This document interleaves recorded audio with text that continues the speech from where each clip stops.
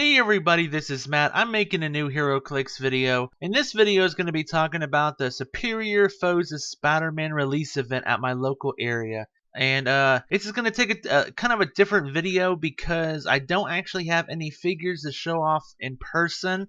Basically, I bought a single booster pack to make my team out of.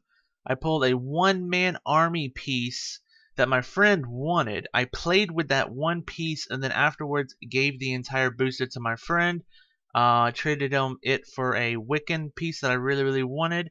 So I actually don't have any pieces to show you. Instead, I'm going to be using sculpts that WizKids put on the internet and dials from hcrealms.com and cards from WizKids website, and just be talking about how the game went and all that kind of stuff.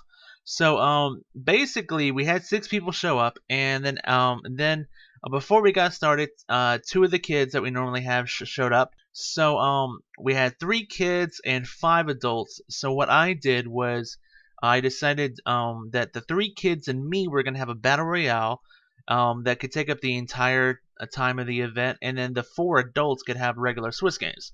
So a lot of what I'm talking about is going to be from the perspective of the battle royale that I played in, basically. So my one-man army was Moreland. I pulled the Moreland, and he's definitely pretty cool. And he definitely, some of my friends made a comment about like, oh man, this guy is gonna murder everybody. But I will talk about how the game went down. I pulled the Moreland. One of the kids had a cool little team.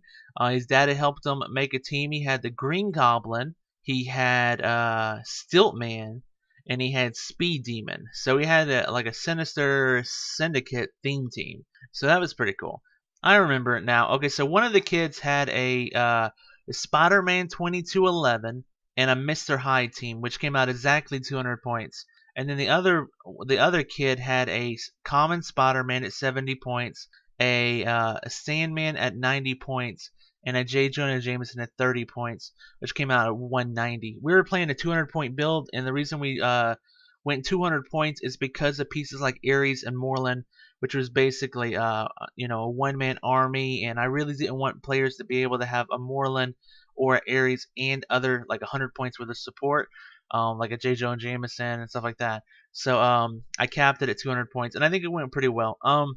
So we were doing the traditional battle royale, and so it was everybody for themselves, and so I started moving out really slowly because if you look at Moreland's card, he starts out on click 4, which gives him charge, super strength, impervious, and empower. I don't know why they gave him empower, because if he's a one-man army, you're most likely not going to have much else with him.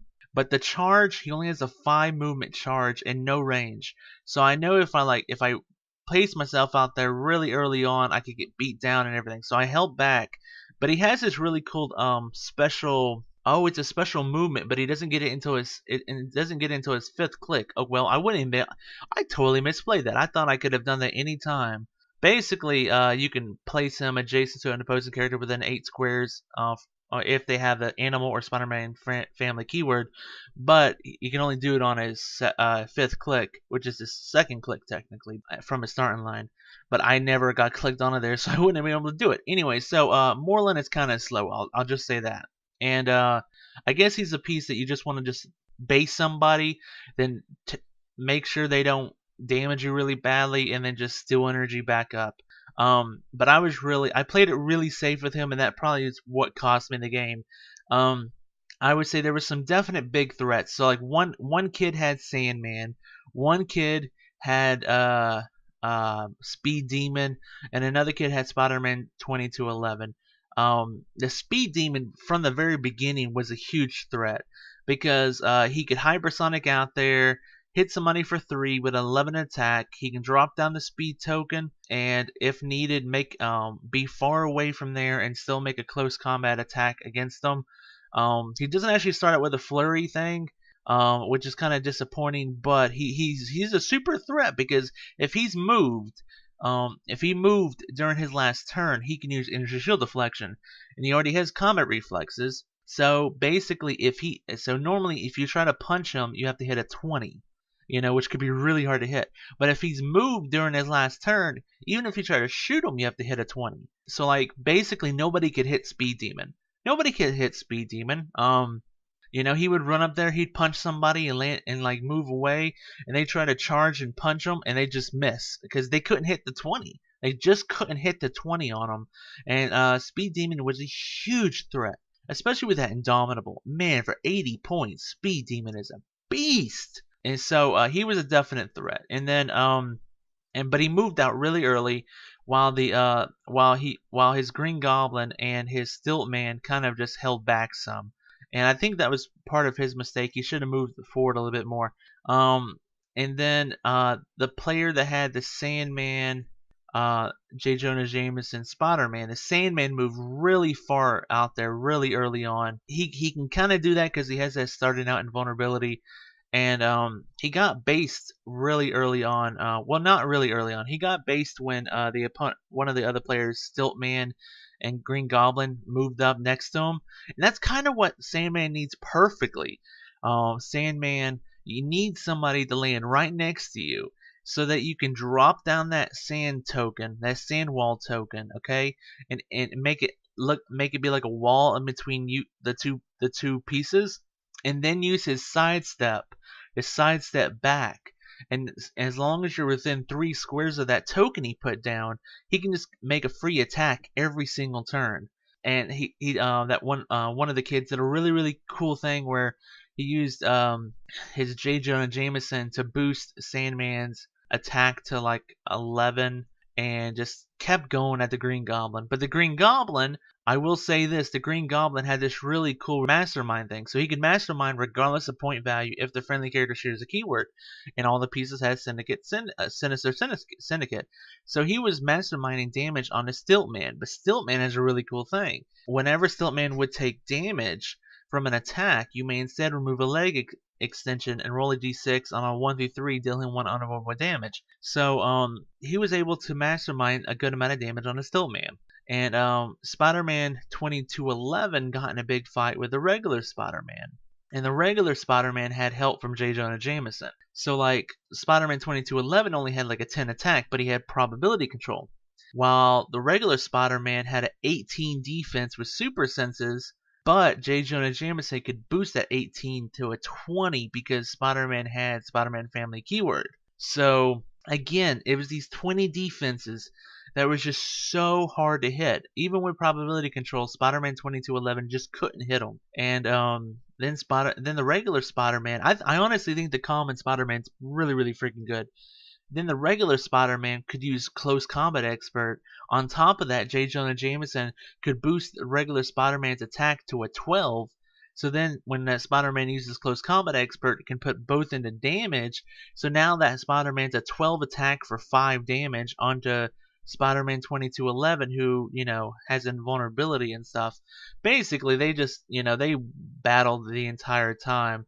All the while my Moreland was sneaking across the map. I really wanted to go after the Speed Demon because Speed Demon was going around punching things. He wasn't KOing things, but he was doing damage and all that kind of stuff. And while Mr. Hyde, he was kind of just creeping up a little bit. Mr. Hyde, for 100 points, 7 clicks of life, 3 of its invulnerability, 3 of its toughness, and even near the end of his Doll, he gets Flurry with 12 attack for 4 damage with Battle Fury, so he ignores Shape Change. I mean, he's a crazy piece for 100 points. Masters of Evil, so you can just continue to push him if you want to. Cool stuff. Sadly, though, he did get KO'd pretty quickly. The Spider-Man, the common Spider-Man had charged around with an object after J. Jonah Jameson had perplexed up his attack to a 12. So he had a 12 attack with a heavy, so he was doing 5 damage. He got through the shape change, so he hit Mr. Hyde onto his first toughness click. And then next turn, I think he did Close Combat Expert and just like finished him off or something. But Sandman was super durable, super durable. He wasn't taking any damage almost the entire game. While Speed Demon, I knew that the only chance I would have to go after Speed Demon was if he cleared because it was dumb at the time. I could have just punched him any time because it was still going to be a combat reflexes for 20. But I was thinking, well, if he clears, then he won't have the ESD because he didn't move. And I don't know. But finally, I got my Moreland close to him, and I had an ultra heavy picked up, and I charged in. I had an 11 on his 20. I needed a 9. I rolled it. I rolled high enough. I think I rolled like an 11. He used his theme team probability control to make me re-roll it, and then I rolled exactly a 9 I needed, and I hit the speed demon for 7. So yeah, that one shot of the speed demon. But in the process, before that even had happened, one of the players had knocked out Stiltman, which he had 2 of the little pegs, so he was playing at like 60 points. And also, he ended up knocking out, I think it was the common Spider-Man. So that player ended up winning, coming in first because I had KO'd Speed Demon. I came in second, and then we had like a tie for third and fourth. Basically, the rule we've been kind of adopting is the second any player is completely eliminated from the battle royale, we do 1 round and then end it because it just would be unfair to have the game go on way too much longer with that one player who was eliminated early just having no chance to get any points. So it stops people from just ganging up on one player, getting that one player out, and then I think it makes it a little bit more fair. So that's kind of how it went. Definite MVPs, J. Jonah Jameson. I've been looking at this piece. I think he's a fantastic piece, even for my use, which I don't play politician or reporter theme teams. His perplex when he does and targets a character with a Spider-Man family keyword, which is really limited because it's really just only like Spider-Man people, or Spider-Man ally team ability. And I was looking it up last night, and there's a lot more pieces with the Spider-Man ally team ability than you think of. He can modify any value except damage by +2. So that means he can modify attack is really useful, modify defense is really useful, modify range, why not? I mean, that's super useful. He's 30 points. On top of that, Duck Mr. Mayor. J. Jonah Jameson can use combat reflexes and energy shield deflection if he's adjacent to a friendly character. So that 16 defense goes up to an 18 in both directions, and he can use his own perplex to boost them up to a 19 in both directions. It's ridiculous how sturdy this 30-point bystander is. He was definitely an MVP, and one of the MVPs of the game. I would definitely say Speed Demon is ridiculous for his points. Being able to have combat reflexes, energy shield deflection, and 18 defense. It's just insanity. Just insane. I would say the speed shadow marker didn't come in use as much because the opponent kept moving away from it. So he'd drop it down and then the opponent would move away from it. So it was just useless at that point. And then the whole hypersonic flurry thing never came in because Speed Demon either got one-shotted or he never got hit, So, but he is still absolutely ridiculous. I hope we get a Flash that has the same exact dial. I would just, take a Sharpie, just Sharpie out the name Speed Demon, write in the name Flash. I would say that is the Flash. Welcome to the Justice League, I think the common Spider-Man, 001, is just absolutely great. He's 70 points for 6 clicks of life, which is very economical. Charge, super strength, 18 defense with close combat expert. Just absolutely nuts. He can charge in with a heavy, hit somebody for 5 next turn, close combat expert, maybe even hit him for 5 again. Calling Hell from the Spider-Verse is something that really didn't even pop up in sealed in the Battle Royale because they didn't play it with any more Spider-Man people. But my Spider Sense is going off like crazy. Did come in play. He increases his result of his super senses by 1 for every 100 points of the attacking character's cost. So if my Moreland would have gone after him, he would have got super senses on a 3, 4, 5, or 6, which is absolutely crazy. Yeah, it's like 2/3 of the time he's gonna have super senses, super senses, super senses. Absolutely nuts. Even against just like a regular 100-point piece, he was still getting it on a 4, 5, or 6, which is useful. It's a 50-50 chance at that point. That's really, really nice. His starting 2 clicks are just too strong to and even getting past that flurry for 3 damage is nice. And then he gets sidestep with exploit. I mean, he just doesn't stop pumping out the damage. So I would say the 3 MVPs are J. Jonah Jameson, Speed Demon, and the common Spider-Man. Moreland is a little bit trickier to play than I thought he would. He's definitely not the auto win that I thought he was. Even though he took no damage, he almost took no points too. So I think maybe it'd be best just to stay away from him the whole game if you can.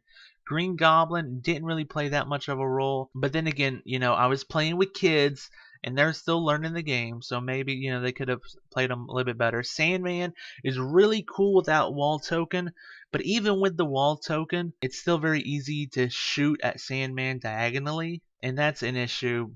But I do think if you had 2 Sandman on the same team, you could create some really cool scenarios with 2 different sand wall markers. So that's how that went. I hope you enjoyed listening to the game. It may be gone really back and forth with the game and stuff. I'm sorry. I was trying to just remember it from my own recollection. This video is definitely different from past videos where I had figures to look at and talk about. This one I was literally just looking at pictures of the pieces while I'm talking about them, and hopefully it was understandable and okay to follow along. Anyways, I really appreciate you taking the time out of your day to watch my videos and support my channel. And I hope you have a lot of fun playing Heroclix in the future. Thank you so much. Have a fantastic day, everybody. Bye-bye.